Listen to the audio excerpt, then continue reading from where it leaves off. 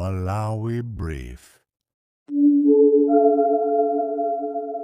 Kutsatira kusamvana kumene kwapitiriranso mpaka masanawo pa nkhani ya Maris Hotel, aphungu a MCB anyanyala ndipo atuluka mnyumbayi atipoonesa kukwiya chifukwa cha nkhaniyi. Nkhaniyi ripoti a MCB akufuna kuti ripoti liwulutsidwe ndipo amalawi adziwe zosatira.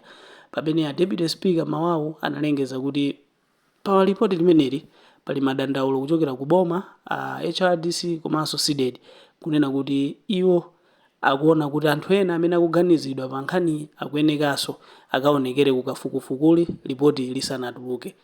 Ndipo zambiri zili mu video itaonerani. Very much convinced. Honorable Speaker, few hours ago, when our issue of Amaris came in this chamber, you said the investigation is still going on.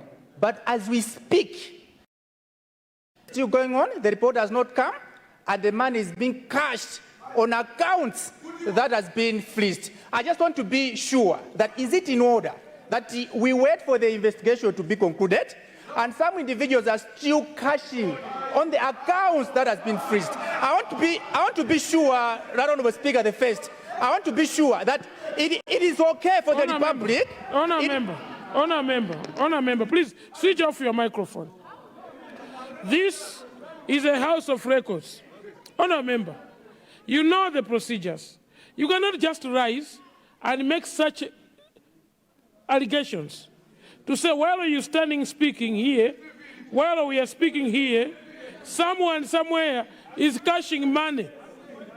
This type of allegations would make Malawians think Malawians were that careless, that someone somewhere is cashing money.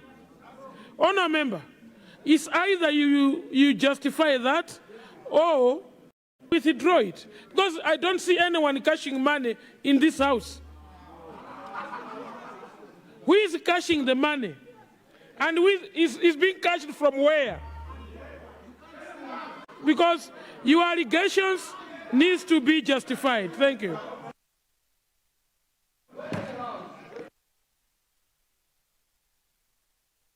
Honour member, I want Malawians to follow Parliament the way they are. The energy of following Parliament is very high right now. We don't want Malawians to think, while we seated here, you have seen someone cashing money. Where? How can money be cashed like that? Honour member, I give you the floor either to withdraw or to justify what you are saying. Please. Thank you, first, Right Honourable Speaker. This is the House of Record. Whatever we do, we want to promote a principle of integrity and credibility. And what we need to do, come up with the report and investigation in full. As at now, I'm not withdrawing what I've said. Either you said I should bring the evidence, I'll do that. But what I want... Cool down. Yes. Please, honour member, I have guided you this morning. I've guided others this morning to say the committee that is doing the inquiry has not yet doing some consultations to finalize, and I've made a ruling in this house pertaining to the same. Honour member, when you say we need to table the report, are you a member of the accounts committee? Right Honourable Speaker. Right Honourable Speaker. If a report appears on the order paper, what follows is the report to be read in this national dialogue table. The withdrawal of the report on the order paper is not procedural. What is supposed to be done is a chair should come out for one reason, because the Republic and the public are waiting for that report, and we are not giving the public the reason why the report is being delayed. Thank you. Honour member, you are dragging an issue that I already ruled on. Let me provide you some evidence. Honourable member, the business you're talking about was brought to this house by government. Not you, not anyone, but government. It was government after a question was raised by the Zakasina The honorable member for the Zakasina, please, this should be my final warning to you. When I'm speaking, you listen. This house, you need to listen when the leaders are speaking. I am the presiding officer, and by no means, please, honor members, I have made a ruling. If you have issues with the said report, the committee members are in here. The chair was here and has asked this house if his mandate has expired. I have clarified that the committee's mandate only expires when they deliver a report to this house. So their mandate is still on. But the business on the order paper is a government business. It is a government business because the business was given to the committee by this house from government. I know you are trying to avoid listening what I'm advising you, but in all what you're going to do and say, just know there is government business, there is private members' business. The presiding officer, the general business can be private or government. Whatever you're saying is two businesses here, private and government. The leader is here, government has a leader. And the committee has been given a mandate to go and look at this. It is to the interest of the chair of this committee and the committee members to go and meet. Honour members, you cannot drag a report which you did not participate. What's your interest in this report? You are not, if you are not a member of this committee, what is your interest? Let's allow the committee to meet and report to me, the speakership. If the committee feels they cannot continue, we will bring it back here tomorrow and an ad hoc committee will be proposed. Because it will be at the committee's discretion. But as it stands now, the committee still has their mandate. If someone in the committee can rise and say they don't want that mandate, we can withdraw that mandate with a motion. And I will give that mandate to an ad hoc committee of this House. We should not start a subject that I already ruled on. Honour members, it is to the advantage. Allow this committee to go, meet. They can even go and have a break, meet, and report it to me. If they feel their capacity, they need to be capacitated. This House is ready.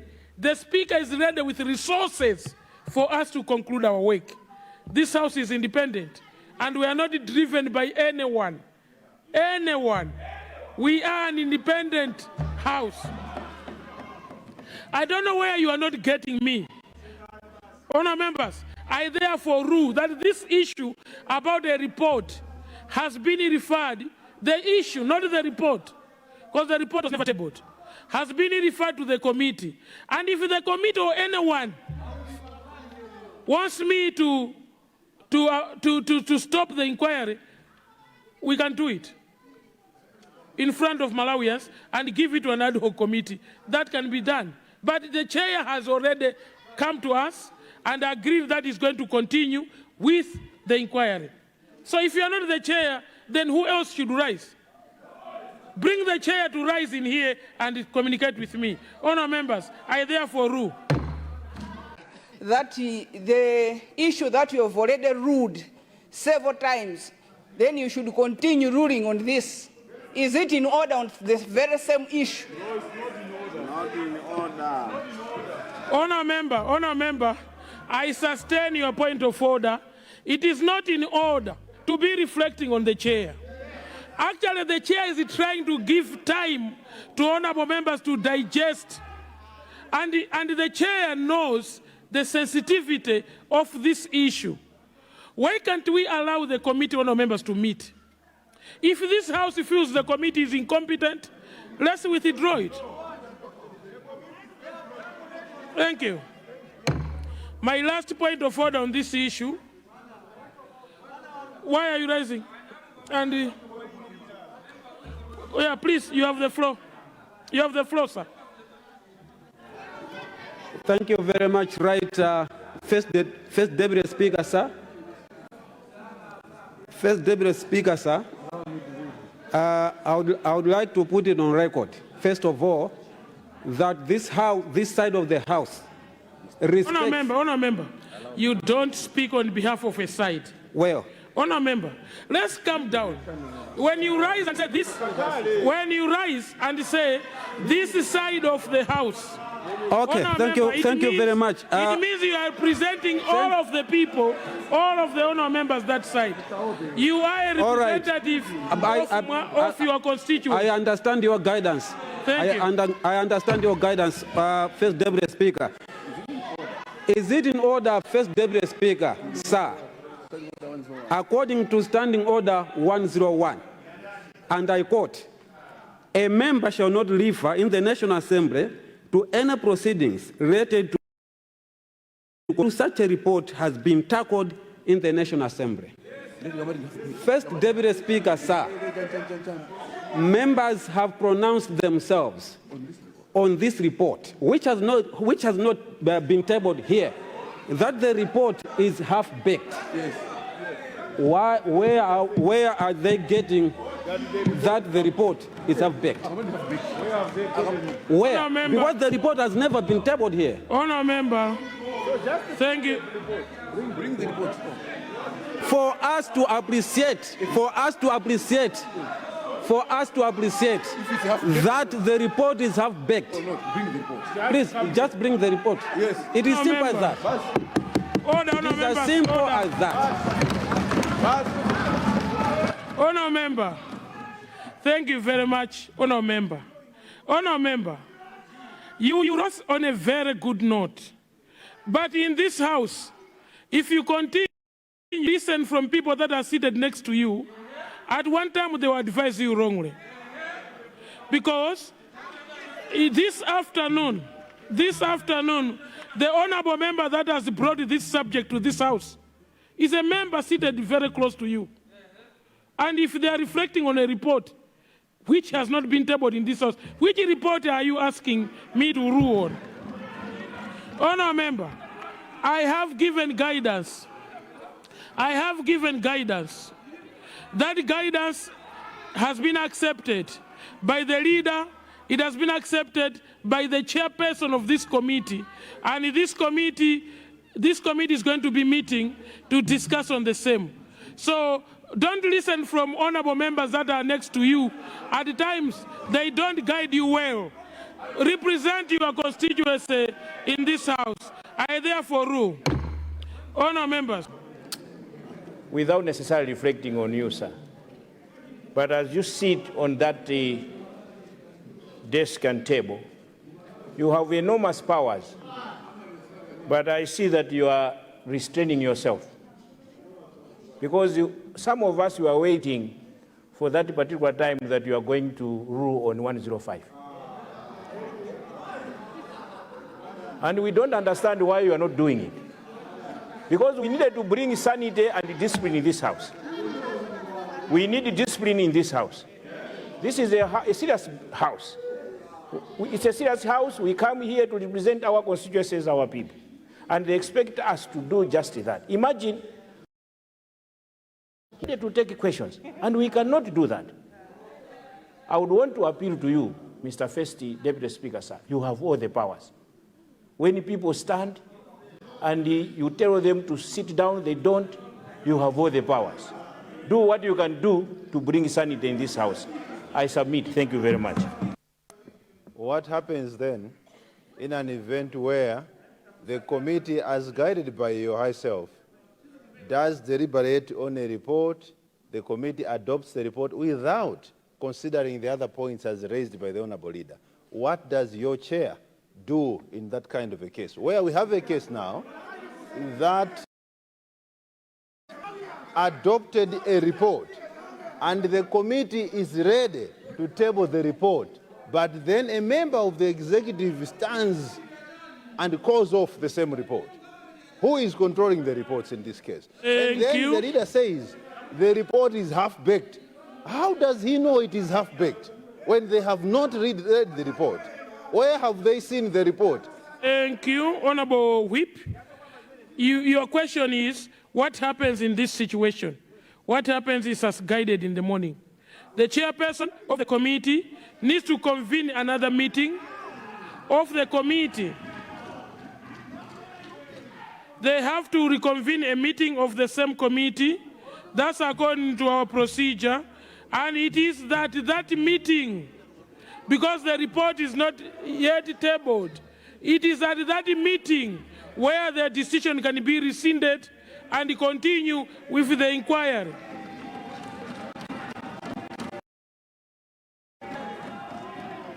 Honourable members, I haven't concluded.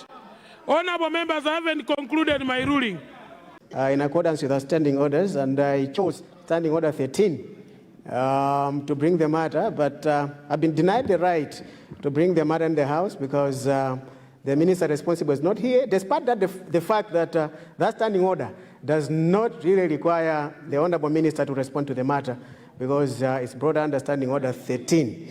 Secondly, Deputy Speaker, it's very concerning, and I'm very shocked and sad that as a House, even our leadership, we are falling over this report. You remember, Deputy Speaker, I was the one who brought this matter in this House, and that led to the formation of the committee to inquire into the Amaris Hotel.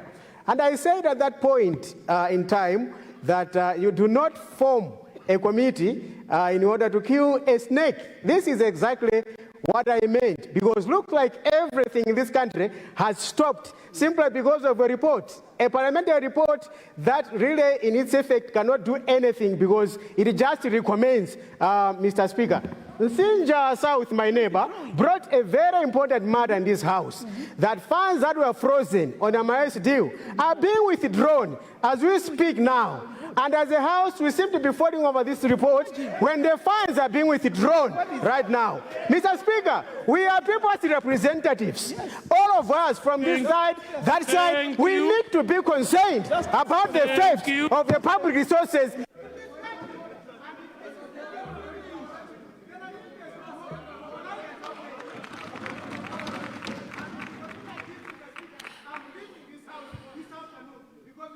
Honourable member. Going round over a month. Honourable member. Honourable member, please resume your seat.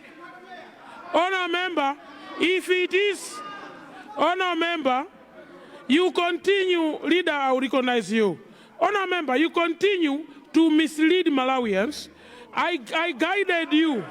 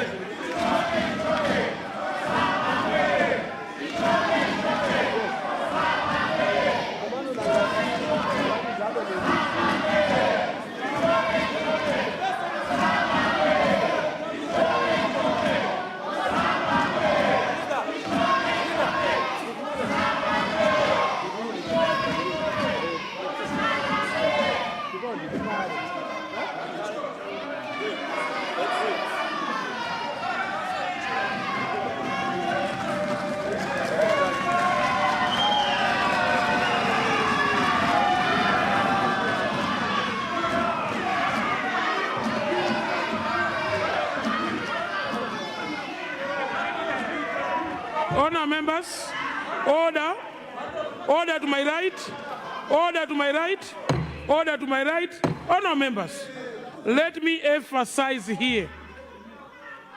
If we make allegations to this House, Malawians are listening to those allegations. I did guide the honourable member for Lilongwe Pililanjus, for the records of this House and for Malawians to know that he should bring the issue he brought in the morning on the adjournment motion under Standing Order 13, which I accepted he did. Who asked a question under Standing Order 69 this morning submitted the question to your office. It also came to us. And as I speak, the Minister of Justice is on his way to come and respond to the same question. That's number one. Number two, it makes some of us feel very sad that a seasoned member of his stature, of his caliber, can walk out on the speaker, highly experienced, very intelligent, walks out on the speaker, demeaning the office of the speaker. And he wanted this. Why are being addressed? It does not look good. Your office, not reflecting on your office, must seriously look at such issues. Because at the end of the day, they will border on indiscipline. Yes. They will border on indiscipline. I will not walk out on the speaker in this house, no matter how difficult the situation would be, because that forms part of the core discipline of this house. Parliamentary decorum. You will have to reflect on that. It does not look good. I submit, first of the Speaker. Thank you very much, Leader, for that. And I will consult the Speaker on the same, because we would like to praise the members that are still staying in the opposition, including the Leader. It shows the fight against corruption, colleagues, is not a one-man's job. It is for all of us to fight corruption, and we need to unite to fight corruption. Our actions, our conduct should show Malawians that we are not just doing politics, but we are here as leaders to serve them better. That's why you have observed since morning, I've allowed point of orders from both directions. I could have suspended this subject matter in the morning and could not have allowed anyone to speak on it. I have those powers, but I've allowed members to contribute because of the decorum of this House. So I will refer the issue of Lilongwe Pilanjuzi to the office of the Speaker for an appropriate action and appropriate ruling. I therefore rule.